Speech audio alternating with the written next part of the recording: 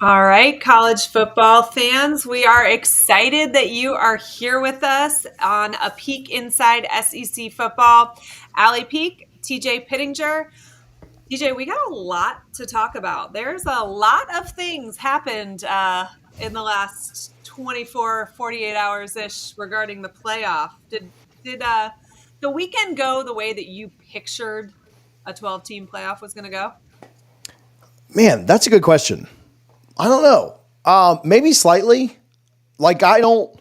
We'll get into this in a second, but yeah, maybe slightly. There were certainly some surprises, but I would say that maybe only one thing from the whole weekend shocked me, Yeah. and we'll get to that later. But I don't like looking over it. That's a great. I didn't know you were going to ask that to start, but I think that's a pretty good question. No, like it essentially went like I thought it would. I mean, with maybe some differences here or there, but like nothing surprised me. What about you? I, you know, that's a I wasn't prepared for my own question. To be Yeah, don't be perfectly asking me if you're not going to do it. honest. I think it went probably about how I expected 12-team playoffs to go because I wasn't a fan of a 12-team playoff. But we can get into why in a little bit. But yeah, I mean, I think this was kind of about what I thought we would see when we expanded to this many teams. Let's kind of go game by game, talk a little bit about what we saw. First game of the day was Indiana, Notre Dame, and you know, nobody had to leave the state, right? And I think it was pretty exciting being on campus. This was obviously Friday night, touchdown Jesus in full effect. And, you know, I kind of expected it to be maybe a little bit closer than it was because it basically was total Notre Dame domination. Yeah, the thing that we said this before when we previewed it that we just didn't know enough about these teams Yeah, because neither one of them played like insanely hard schedules. That said, like Notre Dame had at least played and beaten like some talented teams, yeah, right? Like Florida State, not a good team at all, but a ton of talent, and they beat them soundly. USC, not a great team, but they beat them soundly. Texas A&M, just an okay team, finished, like I mean, a lot of above talent average. on that team. Yeah. So, but beat them, right? Yeah, Like, so they did what they needed to do. And then they sure. had one really bad loss, and that seemed to kind of refocus them. Indiana legitimately never beat a good team. And Yeah, that's something we'll talk about in a little bit. So yeah, it was now they played in that Ohio State game. sure. They didn't get blown out the way that Ohio State blew Tennessee out or anything, but like they weren't really competitive in that game. And so you were like, well, we'll see. Like, we don't know what to.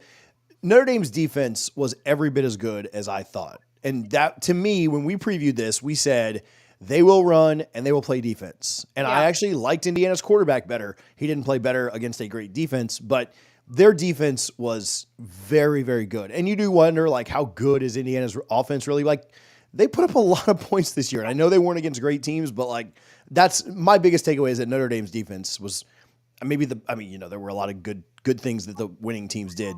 Their defense was one of the best things we saw this weekend. yeah, yeah. I mean, I think for all the jokes we make about Notre Dame and what happens when they make the postseason, they looked really good, particularly on defense. Then we move into Saturday. We've got SMU and Penn State. College Station. Obviously, this game happened during the day, right? So not necessarily the home field advantage that you get when it's a whiteout at night in Happy Valley, but still a pretty good home field advantage, particularly given the weather. I mean, obviously a little bit colder than it is over there in Dallas, but the story of the game has to be turnovers, right? Yeah, I thought this sounds so dumb, but the game, like, they only outgained SMU by like 80 yards. Like, the game from a down to down perspective was relatively close. And I know you can't do this, right? Like, you can't do what I'm about to say. Yeah, But if you take the two pick sixes away, like say those are just sacks or get thrown away or whatever, right. and then take the fact that SMU got stopped inside the 10 twice away. I mean, that's potentially 28 points. Like, and I'm not, obviously you can't do that. Penn State was the better team. They deserved to win. They blew them out. But that's why to me, the game was much closer than the final score from a down to like, SMU moved the ball into the red zone 3 times and came away with 3 points. And so, yeah, Penn State wasn't, to me, they were impressive, but their defense was. Their offense wasn't overly impressive. SMU just kept giving them the ball. And I mean, there was a point where you're looking up and it's 14-0 and you're almost to halftime and you're just thinking like, this game should be 0-0 right now, like an actual good defensive game. I thought SMU's defense played really well. Their offense just was absolutely tragic. And yeah, turnovers 100% were the difference. Yeah. After Penn State kind of, rolls, we move on to the midday game, 4:00 kickoff, Clemson, Texas. Here's another one where, I love these playoff games on campus. I guess it's maybe easy to say that home field advantage, played a role, but the teams that were favored all won. So maybe it didn't. I don't know. But I felt like the atmosphere seemed really cool. You and I talked about this a little bit today on the phone, not on air. And, I've been to a lot of really big college football games, multiple national championships, multiple SEC championships. And I will argue to the death that the atmosphere at a good regular season rivalry game is 10 times better than the atmosphere at a national championship game. And every national championship game I've gone to, my team has won. So it's not like that's why the atmosphere wasn't good to me. But I just think these games on campus is such a smart move. Kind of bummed that all the teams that earned a bye don't get to have it on their campuses. That feels like something maybe that needs to be reworked. But Clemson, Texas, this was one that we really thought was going to be incredibly one-sided. And I do, obviously Texas was never really at risk here, but Clemson continued to fight back. Yeah, I thought it's tough to know. I mean, obviously Texas is winning by 1,000,000 and then Right. Clemson fights back. And even had Clemson, so they cut it to one score, and then the next play they run off that 74-yard touchdown, and it's pretty much over there. And then they get stopped on the one again, which even if they had scored there to cut it to 7, Texas wasn't going to be stopped. And even if they did stop Texas once and go tie it up, Yeah. I feel like Texas was either going to win in overtime unless something fluky happened, or they were just going to go down and kick a game-winning field goal with their really good kicker. And so, yeah, Clemson made it competitive. It was the only game that was actually fun to watch, or the only second half that was fun to watch of the weekend. And so shout out to Clemson for giving us some entertainment. But I just thought Texas was too good. I thought Texas, it's tough to know, and we'll talk about Texas more later, so maybe I'll just save this. But it's tough to know, why did they let them back in it? Did Clemson just kind of find something? Did Texas let their foot off the gas? I don't know. Yeah. But at least it was somewhat entertaining because it was the only half of football that was that.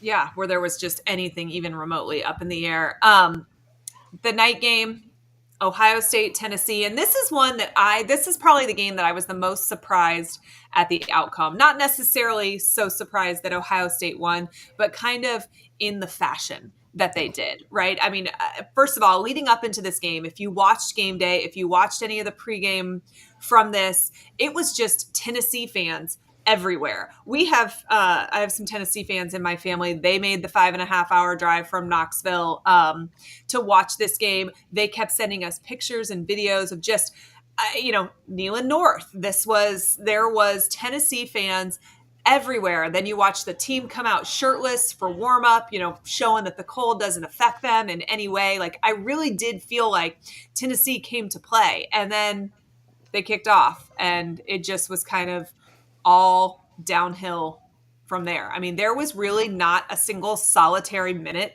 where it felt like Tennessee was in this ballgame. Yeah, it fell over from not the start, but they scored 21 points in the first quarter, and you're on the road and you're not playing well. They made it 21-10 at the half, and they did get the ball first. So you're thinking like, okay, well, if they go score, right at the end of the second, they started to show signs of life. But they didn't, and Ohio State scored on the next 3, and it was over, right? Like it was, so yeah, that's the one that surprised me the most. I think everybody kind of had in their mind like the way that Ohio State played against Michigan. Yeah. And kind of thought that would maybe this isn't the Ohio State team that I've watched this year. Yeah, this was impressive. Well, I mean, they looked good against Oregon, and that went down to a last second play. Yeah. And so they certainly at times but Yeah, they've got so much talent that with this much time, they were good to go. Obviously, Tennessee losing Samson early, like, certainly didn't help, but I don't even know if that would have mattered. That, Samson couldn't have covered all those wide receivers that Ohio State has. So, yeah, that's the result that surprised me the most. I took Ohio State to cover. I can't remember, but I definitely took them to win. I thought, after the first 3 games, I think we all said, well, we knew those games could get out of hand. At least this one will be good, and it was the worst game of all of them. Like, it was so terrible. Well, and I've seen all of these people say, like, hey, all you SEC homers, keep the same energy for Tennessee. Listen, absolutely same energy for Tennessee. Like, none of these 4 teams that lost belonged, right? And I think that is kind of the overall arcing thing that we can walk away from this weekend with at this moment, is that I don't think 12 was necessary, right? No. Like, there isn't, and we've said, you and I have talked about this for years, right? And one of the things that I feel like we have always said is that 12 teams is not going to get us different national champions at the end of each season, right? It's just going to create more games to getting what is probably the exact same national champion each time. So there's more revenue, so schools are excited about that. There's more football games, and I'm absolutely not opposed to more football, but I don't think this is going to change the ultimate outcome in any way. And I don't think you can argue that any of the 4 teams that lost really had a legitimate shot at winning a title. Yeah, and then that's where I'm at with the rest of them too. Like, could some of the teams that got left out or that were just behind, like, you look at the next 4 teams, Alabama, Miami, South Carolina, Ole Miss, right? Mm-hmm. Could any of those 4 teams given us more competitive or more fun or more entertaining games, depending on who they were matched up against? I don't think anybody matched up against Ohio State would have done super well the way they were playing last night. But compared to some of the other teams, sure, But, like, if you'd have gotten South Carolina, Notre Dame, like, are you really confident that like, if Miami would have had to go up to Penn State, like, are you really maybe they would have made it more competitive than SMU? I think we would have gotten some more competitive games, and I think we kind of have 2 issues going on simultaneously. One, it's hard to argue that teams 8 through 12 have, or 9 through 12 or whatever, really have a legitimate chance at a national title to win. But, and then 13 through 16, whatever that next 4 would be, they might create more entertaining games.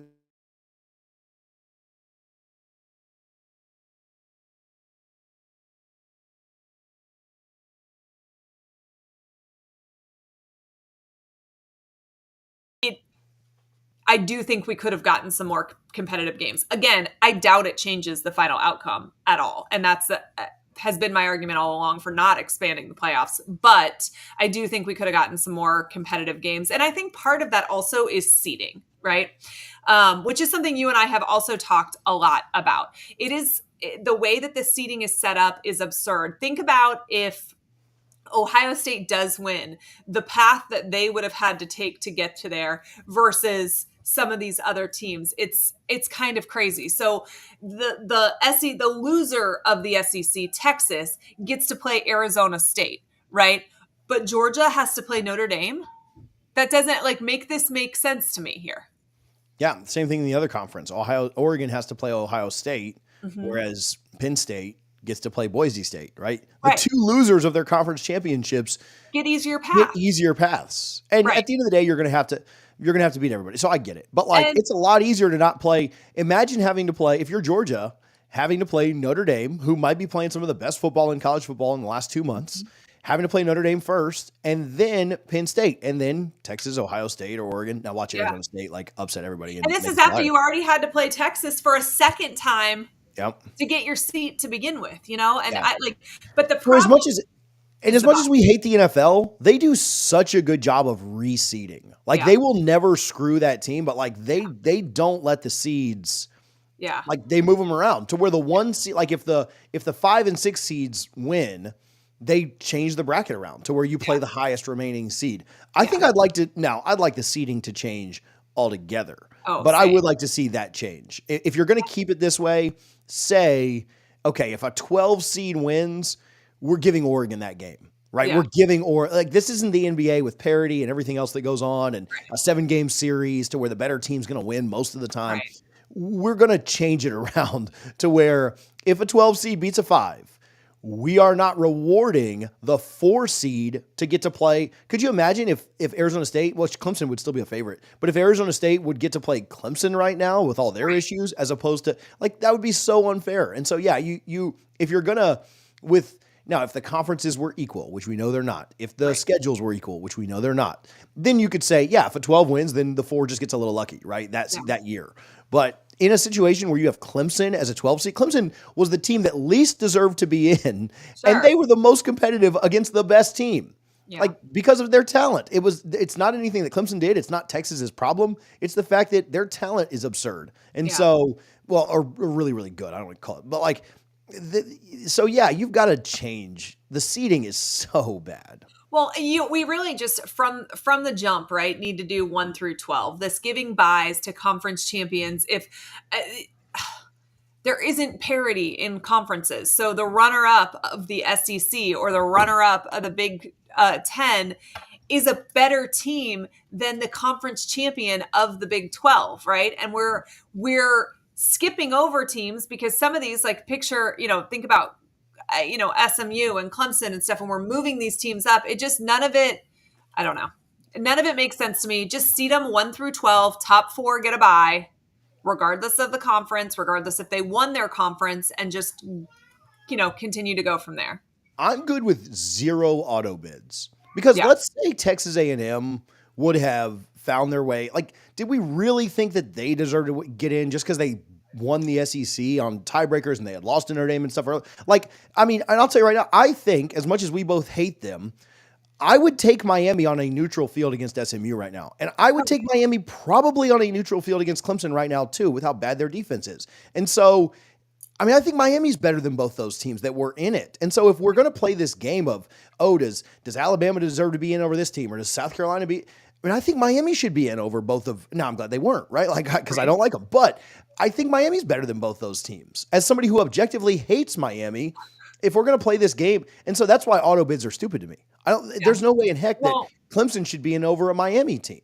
And we really do have to decide: are we looking for the 12 most deserving teams, or are we looking for the 12 best teams? Because those are not always the same set of 12 teams. And, for the sake of the sport, I think you need to look at the 12 best teams. So what's different about that? So my question about that would be, the word best is so subjective though. Like, that's not to me, that sounds good, but like, I don't even know what that means. Like, are you talking about best wins, best losses, best resume, best at the time, best over the course of a season? I think the first thing you look at is best wins. Honestly, I think you look at how many wins do you have in the top 25, how many, and look, I understand that we can't change what our schedules are. They are what they are, but Indiana, we're touting them being 11-1, and they've beaten the teams that they need to beat. They've done well against their schedule. Right. But there are teams in other conferences that are, 9 wins that would beat them. That would beat them 9 out of 10 times if they played. And that's what I'm talking about in terms of deserving versus best. I don't think it should just be, we've checked this box because our record is the best, we belong in. You haven't been challenged. What's tough about that, and I don't fully disagree, but I do think what's tough about that is what I think I asked you this last week too, when we were talking about Alabama getting left out. If Alabama had lost to Auburn, right, and they finished 8-4, we would still probably say that they beat SMU in a hypothetical game, right? We would say that they probably still beat. Really doesn't belong in there. Right. But at that point, does Bama really belong at 8-4? Because Bama would still be. Those are our 2 imperfect choices left, and one of them we think would beat the other one 9 times out of 10 on a neutral field. Then I don't care if that team's 8-4. That's the team that belongs in there. So what if they'd have lost to Georgia too, and they were 7-5, and you said that they still would win on a neutral field? Like, to me, that's not hypothetical that could happen. If they're 7-5, they'd be sitting where Florida was sitting, which was unranked. But so that's the logic. But the logic you're using is still the best 12 teams, the 12 teams that so there's got to be a line somewhere. And I'm good with using the best BCS teams. System. That's what the fix to all of this is. That weights all of these things. And I'm completely good with that.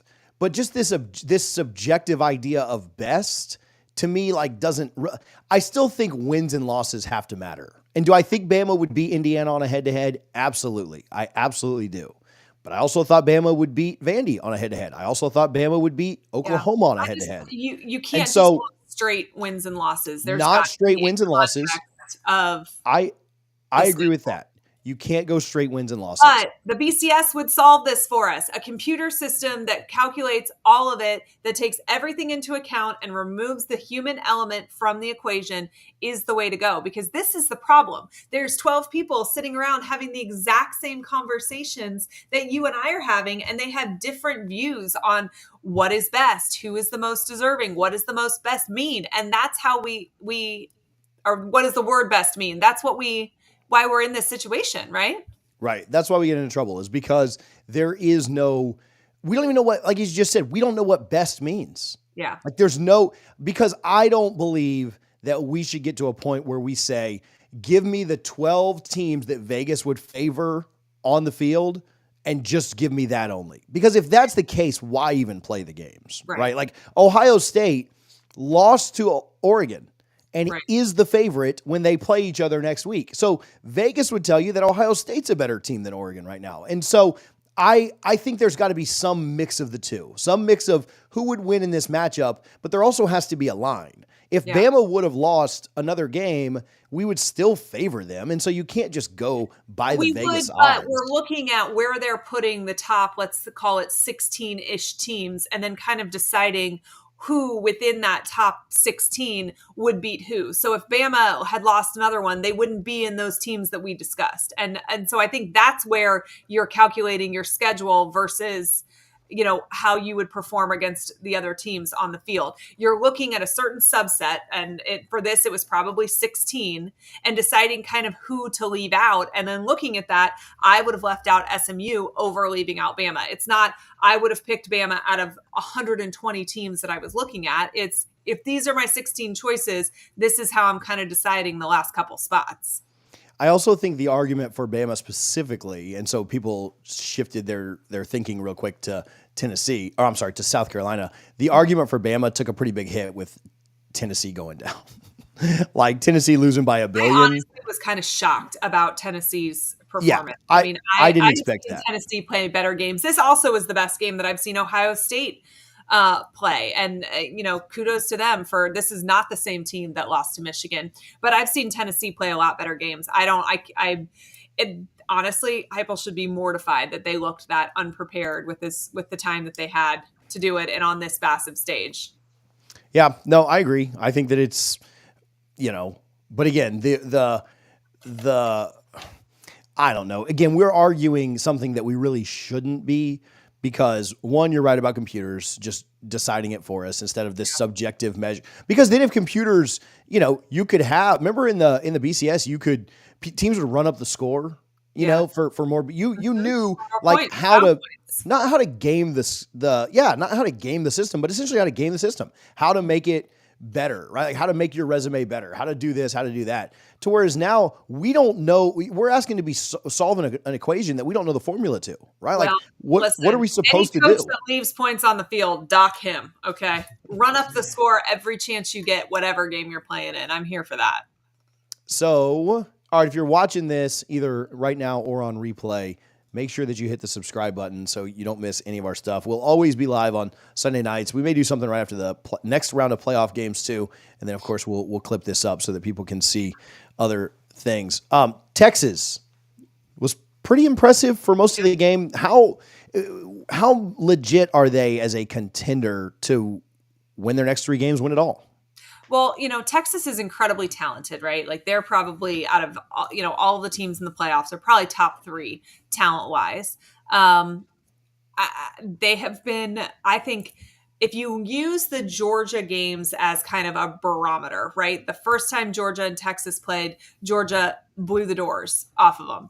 The second time they played, that game went into overtime, right? So if you're using that as a judge, they've improved over the course of the season. I saw Texas live and in color in Austin the second week in November. They looked pretty damn impressive to me. I thought they looked good against Clemson. That game was never in jeopardy, right? There was never a moment where I really felt like Texas didn't have it handled, even when it got a little bit close there for a little bit. So, and they have kind of an easier path than Georgia does, which is somewhat ironic too. And I'm sure Kirby Smart will bitch about that as soon as, given the opportunity. But I think they have the ability to go deep, or at the very least, I don't know. They're winning the next one for sure, but I think they have a great chance of ending up in the championship game. Yeah, what'll be interesting is I think that when you look at their quarterback play, like that's the biggest worry to me is can Quinn play really well? I don't think he played especially well this weekend. I don't think he was bad by any means, but I think that if something's going to hold Texas back, it's going to be that. Which is wild to think about when you think about how many, Heisman, preseason ballots he was on, and just the hype that's kind of surrounded yours that he would potentially be part of the Achilles heel of this team is something I did not think we would be saying in, the fourth week of December here. Yeah, no, but they're still really good. And like you said, they've got kind of and I don't want to call Clemson like super, super easy, but I don't really think they were challenged in that game. No. And I don't think they'll be challenged in this one coming up. In fact, I think this one's easier than the Clemson game. This one is easier than Clemson. We'll take on Arizona State. Texas will out-physical them. They just will. They've got, I don't even have their talent profiles in front of me, but I guarantee you line them up, and Texas is incredibly impressive in comparison. They got a pretty easy draw round 2. Yeah. Easy draw round 1 to easy draw round 2. Losing the SEC championship might have been their greatest blessing. If there's another question, I do wonder about their secondary a little bit too. It's hard to know Clemson's got really talented wide receivers. I think we talked about this before. Like, I really like their freshmen. TJ Moore was a kid that UF was in on a lot. He went to Tampa Catholic. That's my alma mater. My nephew is there. Eric coaches down there.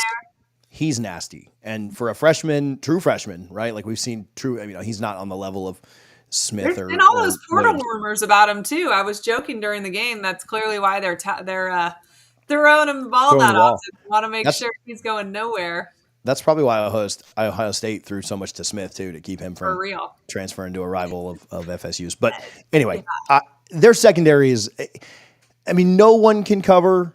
Really, I think Oregon and Ohio State have the best 2 wide receiver units in the country. And so that game, we'll talk about it next week, but that game is to me, that's probably going to be the best game of the playoffs. Yeah. We'll see. That may be the championship game, de facto. But Texas is going to have to play one of those 2 teams that is going to have really, really good wide receivers, much better than Clemson's. Yeah. And I think a quarterback that's, Will Howard's probably a step below, but, Gabriel's probably a step above, but similar to where Klubnik is. And so that would be my concern with Texas is a team that can throw the ball really, really well. And that would be kind of my worry.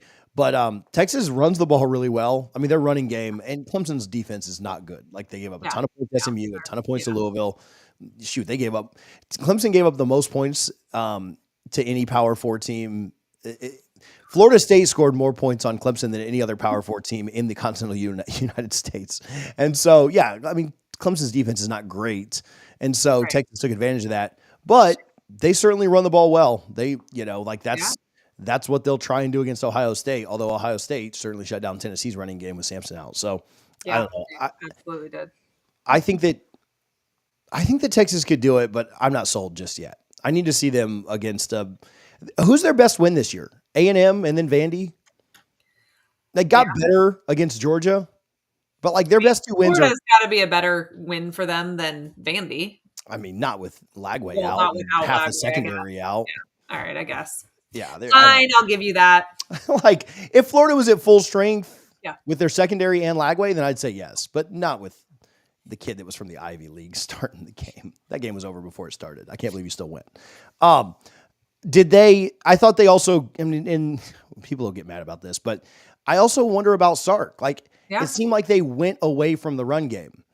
that Yeah. was working so freaking well. And I don't know if it was just trying to try and get, Quinn in a rhythm or what the thinking was there, but they were gashing Clemson on the ground. And then it was like Clemson got close and they were like, oh yeah, we can just run the ball at will. Like, let's just do this again. And they closed the game out. But I kind of wonder if, I don't know. I'm not trying to say Sark's a bad coach or anything, but like that was just weird. But I have major questions about head coaches that are also call the plays. It just doesn't work that often. It works far less frequently than it doesn't work. And I think that fans had questions about play calling during the overtime game against Georgia, right, and down the stretch of that game prior to getting into overtime. And I think that's something that's kind of maybe followed him a little bit. I do think it's incredibly hard to be the head coach and call the plays.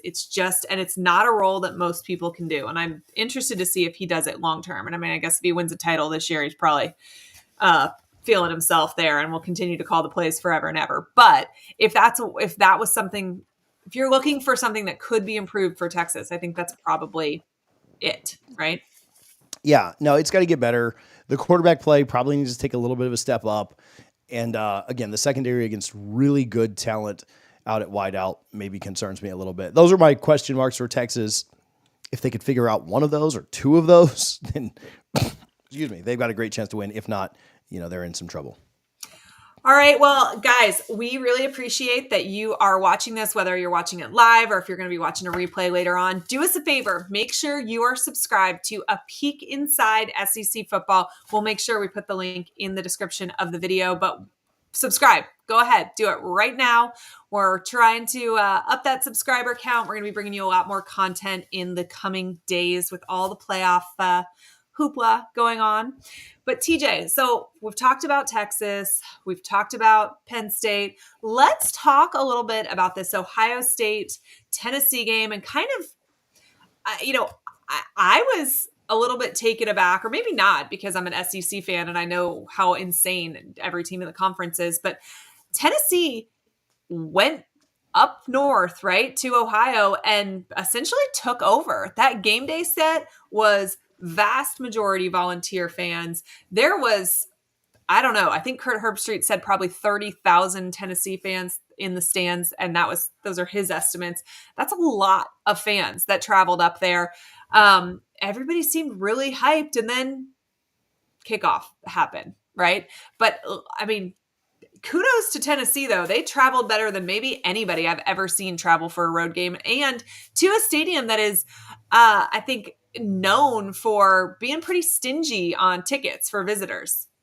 Yeah, it's interesting with these playoff games too, because you kind of wonder, in all credit, yeah, I'll start by saying all credit to the Tennessee fans that, I mean, I felt bad. I never feel bad for anybody because my team was so terrible that like I have no heart or sympathy left. But I almost felt bad for the Tennessee fans because they put so much effort forth and they worked so hard and they were so coordinated with the takeover. And then the team, if the team could have played with half that effort, right, they wouldn't half have gotten blown the heart out. of the fans. Yeah. Yeah. And so, well, I don't want to just say effort. Ohio State was just a better team, right? Like they were better, they played better, they coached better, they were more healthy, like all those things. It's not just that. I don't think effort was the problem. I just don't think Tennessee was as good as maybe we thought they were. But yeah, the way that they took over, I've never seen that before for a big game, right? Like Alabama goes, teams go to Vandy and they're half the stadium, and that's whatever. Like those aren't big games. But for a big game like this, I almost wonder. And this is not to take anything away from the Tennessee fans because it doesn't minimize their effort. But I almost wonder if some of these home teams that are big favorites at home just kind of have this expectation of, hey, we're going to win this game. If we don't win this game, I'm going to be pissed. So I'm saving my money for the next game. I'm saving my money for the neutral site, the next one coming up, because Indiana was not nearly the way that Tennessee was. Indiana was well supported. SMU, smaller fan base, like they weren't really a massive difference there. Clemson did a good job of traveling out. Now that was all orange. You really couldn't see it, but just talking to people that are around Clemson and stuff, I thought they did a good job. I almost wonder if there's a little bit of a, hey, we're going to go to the next game. Again, not to take anything away from Tennessee. That's not my point, because you still have to make the effort to get there. But I wonder if that's why you mentioned them being stingy with tickets. I wonder if that's why it's a little easier to get tickets, because Ohio State's like, yeah, we'll be in the semifinal. And if we're not, I don't want to go watch a loss. Kind of idea like that. Well, that's interesting. If you listen to Kurt Herbstreit, he made some comments and he essentially said he thought part of the problem is that there is a fringe part of the fan base who wants Ryan Day out and doesn't believe in Ryan Day and felt like they could show their, displeasure by not showing up to this game. And then, they're probably back on the Ryan Day train now, right? After they blew the doors off of Tennessee and are rolling into round 2 of the playoffs. But I thought that was an interesting thing as well, an interesting thought process. And, listen, we got a lot of rabid fan bases in the SEC, so no shade to Ohio State, but this is a program who has fans who want their coach out and they're going to the second round of the playoffs. That's insanity. Yeah.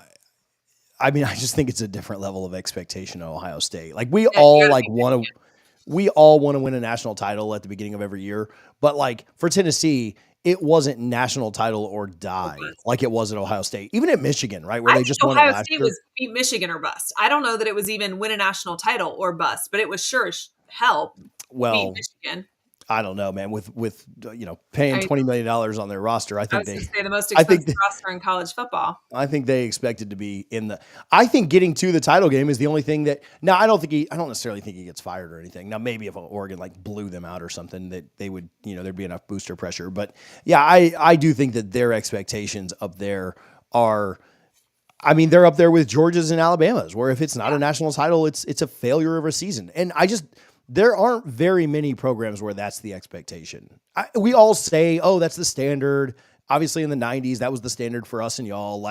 In the 80s, that was the standard for Miami and in early 2000s. But, that's not most people's standard, right? It sounds good. It's, it's national title or bust here. That is not very many people Ohio State it is. The money they put in, the conference they play in, that has to be what their answer is. And, yeah, I mean – could you imagine they've been a good program. It's not like Florida and Florida State where both these teams have gone on runs of being really bad and winning a few in a row. And then the other team wins a few in a row. And then another team wins a few in a row. They've been really, really good. And he's lost his last 4 games against Michigan. This time is a 3-touchdown favorite. I understand being upset. I understand being pretty frustrated. Michigan was terrible this year and they lost. This was the opportunity to get one from Michigan, right? If it was going to happen, it needed to happen this year. And the fact that it didn't is also wild to think that there's a chance they win a national title, but didn't beat Michigan, a not great Michigan team. Yeah. At least Michigan would have a little way to troll there. Tennessee's defense. It doesn't really surprise me that Nico struggled. He's been up and down this year, and then Samson going out. Yeah. And then they had some wide receivers going out. But their defense, well before there were any injuries or Nico struggling or any of this other stuff, their defense was down 14-0 in the blink of an eye. And that's probably what surprised me the most, because I think what we said was, well, they're going to keep it close because they can run the ball and they play good defense. Now, obviously, the running back going out is a big deal. But that defense was just – they were lost. Yeah. Yeah. They looked like they had no idea what they were doing. They were outclassed by Ohio State. And it's just listen, not to take anything away from Ohio State's wide receivers. They have one of the best wide receiver rooms in the entire country, but it's not like Tennessee hasn't seen good wide receivers. And so I think that's part of why it was so shocking, is because this is a team that was battle tested, right? And you sure as hell did not look like it on Saturday night. Yeah. They just, I don't know. I will tell you this. I told you earlier, but I'll say it on here too. I was sweating because I knew what we were going to talk about if Tennessee, was even competitive in this game. And so, I was pretty happy with the result. I had no complaints. Sorry to the Tennessee fans out there. I'm sure. You know what I also find interesting about this game, and you had in our notes Jeremiah Smith and talking about him being a monster, and he is. And the thing that I find very interesting about this is I have it on really good accord that Ohio State is having to pay, I think the number that I was told is 16 players to keep them from entering the transfer portal right now. Guys that they are having to, because the way that their contracts are structured semester by semester, they've taken their semester exams right now. They could go ahead and hop on in and leave. And that Ohio State is paying a pretty penny right this moment to keep their roster intact to be able to be competitive in these playoff games. And that is just mind-blowing to me. Yeah, it's really stupid, and I don't know. I don't follow any other programs closely enough, like on social media. But if you think about it, like I can kind of remember when like the Battle's In, Florida State's collective, has announced deals. Yeah. And usually they announce those deals like a day or two after they're done, and they put it Right. out right on social media. And most of them are pretty early to mid-December, right? Like when the kid signs with the program or signs his financial aid or whatever he ends up doing. And so if you think about that, Ohio State probably did write most of their deals, Yeah. In December. around this I've heard time. that Smith has, put some feelers out there, had somebody put feelers out there for him or whatever, and he's looking for $2 million, but he'd be willing to jump ship if somebody came up with $2 million. And you just think about, like, you are a freshman stud on the most expensive roster in college football, headed into round 2 of the playoffs, having a dominant win in round 1. And it just, like, my head could explode thinking about that. But if Ohio State is going to potentially struggle to keep their roster together, what does that mean for the rest of college football? Well, it means that college football needs to fix their calendar, and they need to not open the portal until after the national championship.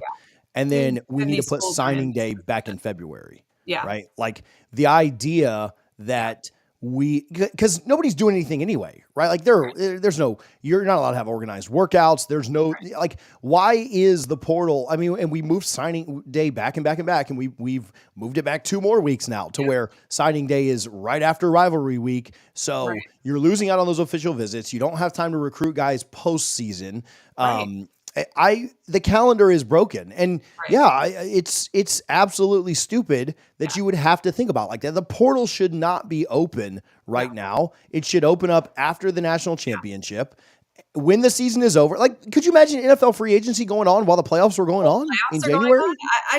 And think about even from like a budgeting perspective, right? And listen, I have very little sympathy for these universities, but their universities are not the people that are actually paying the athletes right now. Those are these third-party collectives because it's not allowed to go through the university. So imagine that you've budgeted all of this for your rosters, and then you realize you have this couple week window period of time where nobody's under a contract because that's not how you structured them when you signed with them. And you're literally having to come up with the cash to keep these guys to try and win a national title, which was the entire reason you brought all of them in to begin with and signed the contracts that ran through mid-December with them.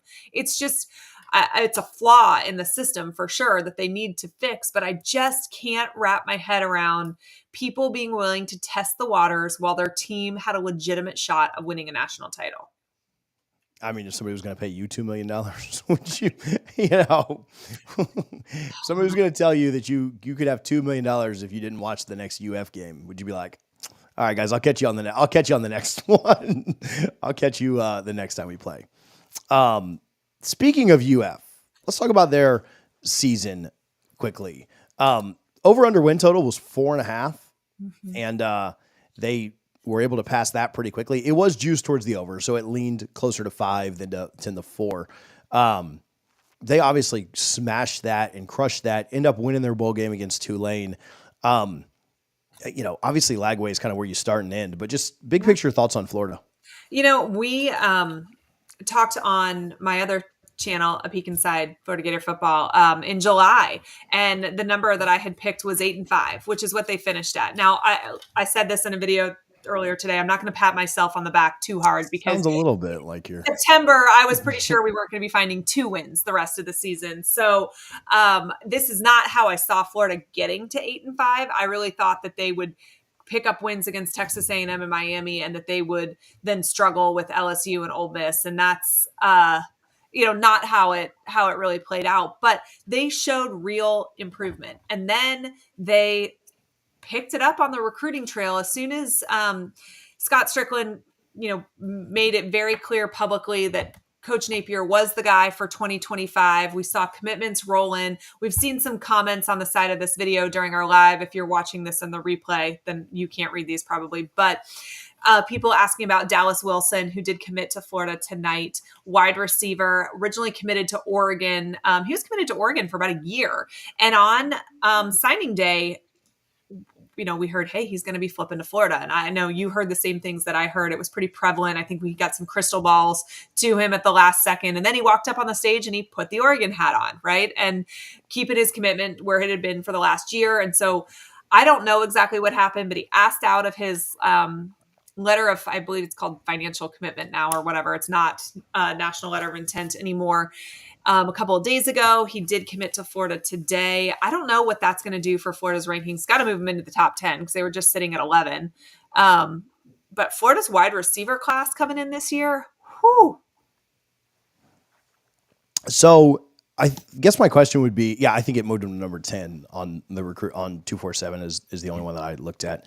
What are so Billy obviously very much exceeded expectations this year against a very difficult schedule and a very difficult schedule coming up next year. And in the SEC and really any program, it is very much, what have you done for me lately? Like this is going to buy him some goodwill for the offseason.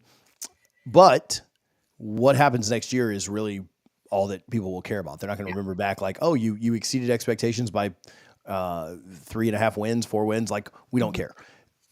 They're going to want better next year.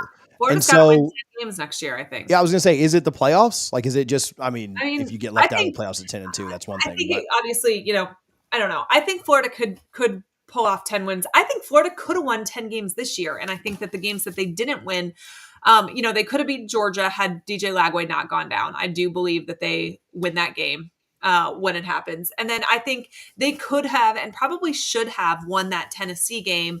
And, honestly, I feel like that loss goes on the coaching staff, right? So Florida was close to having a much better record than 8-5 this year. I think 10 wins should be the floor next season. When you think about who Florida has coming back, you think about who they've got at quarterback, think about what this wide receiver room is going to look like. They were able to keep Eugene Wilson in Gainesville. That was something that for a little while was kind of up in the air and in question.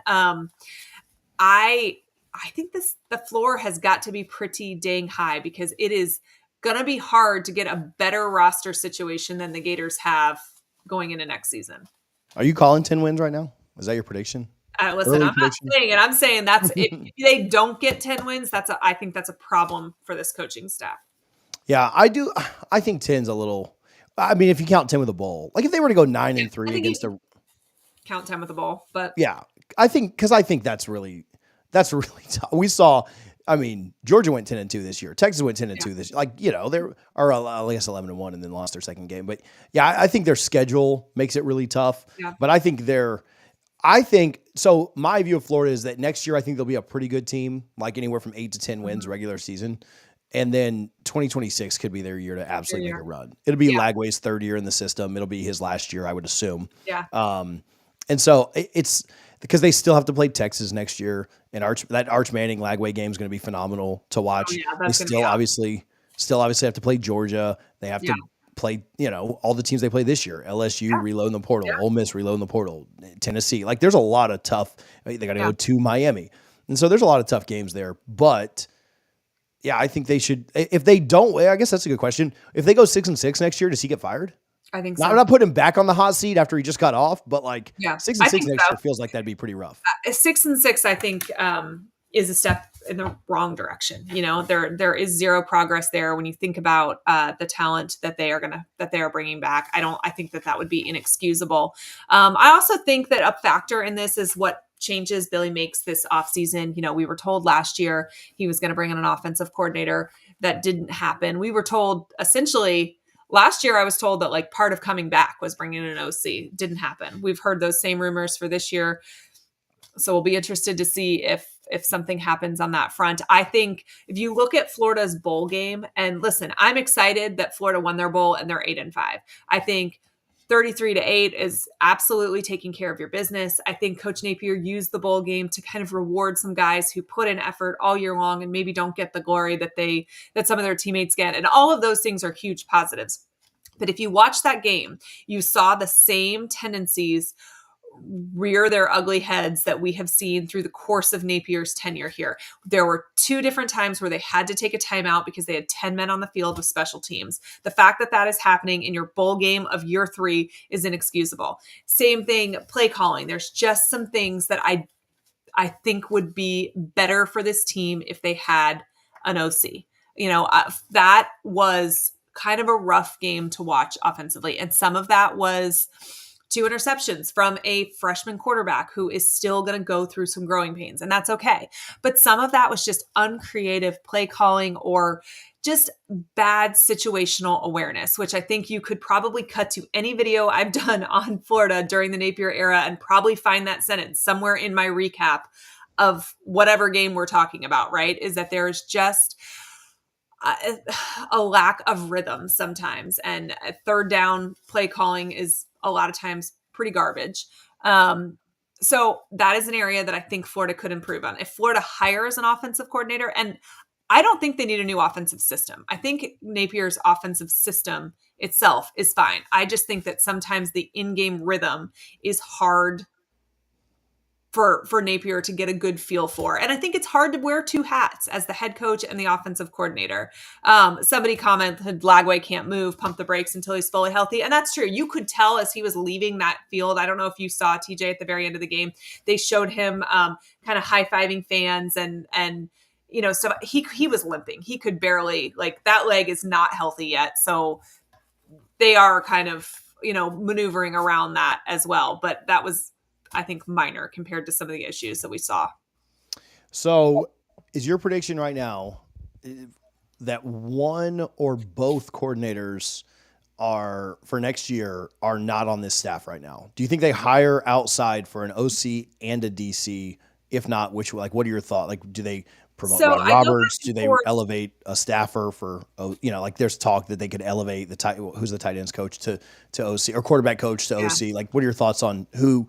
Do they go outside for both of them? Is a terrible way to ask that. I think if they don't go outside for OC, that it's kind of a workaround to hiring an offensive coordinator. All right. Okay, sure, I did what I said I would do, but I don't know that anything really changes. And I don't know who's really calling the plays. I just think maybe we're giving somebody an elevated title.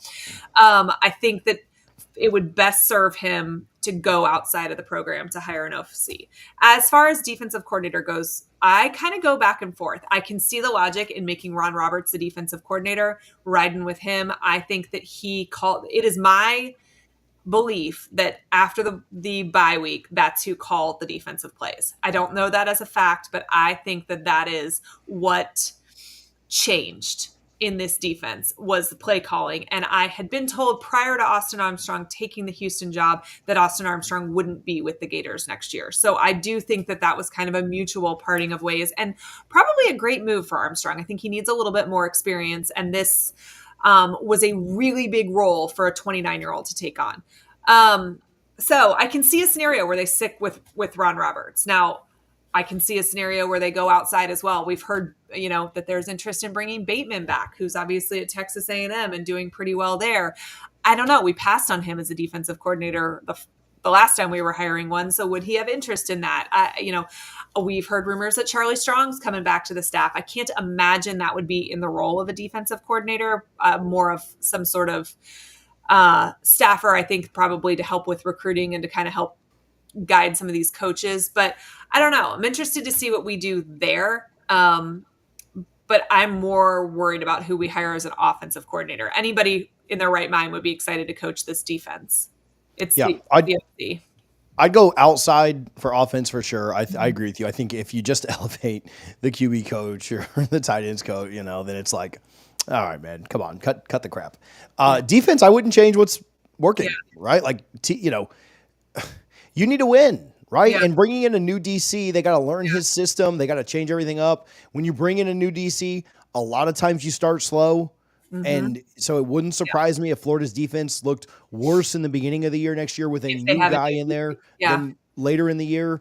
And so, if I'm Florida, I'm hiring outside for offense. Do you have to hire anybody, though? Can't you just say, okay, we don't have co-D coordinators anymore, Ron Roberts? Oh, yeah. You just elevate his title, right? You move him up. You're not hiring him. But I'd hire outside for offense, inside for defense. So, that's all I got tonight. That's what I would do too. All right, guys, we appreciate you tuning in with us. Make sure that you are subscribed to A Peek Inside SEC Football. We appreciate you hanging out with us, and let us know what you think down in the comments. We are going to be putting out a lot of content soon because there are a lot of fun playoff matches on the horizon. We appreciate you guys, and go Gators. I'm not saying that crap.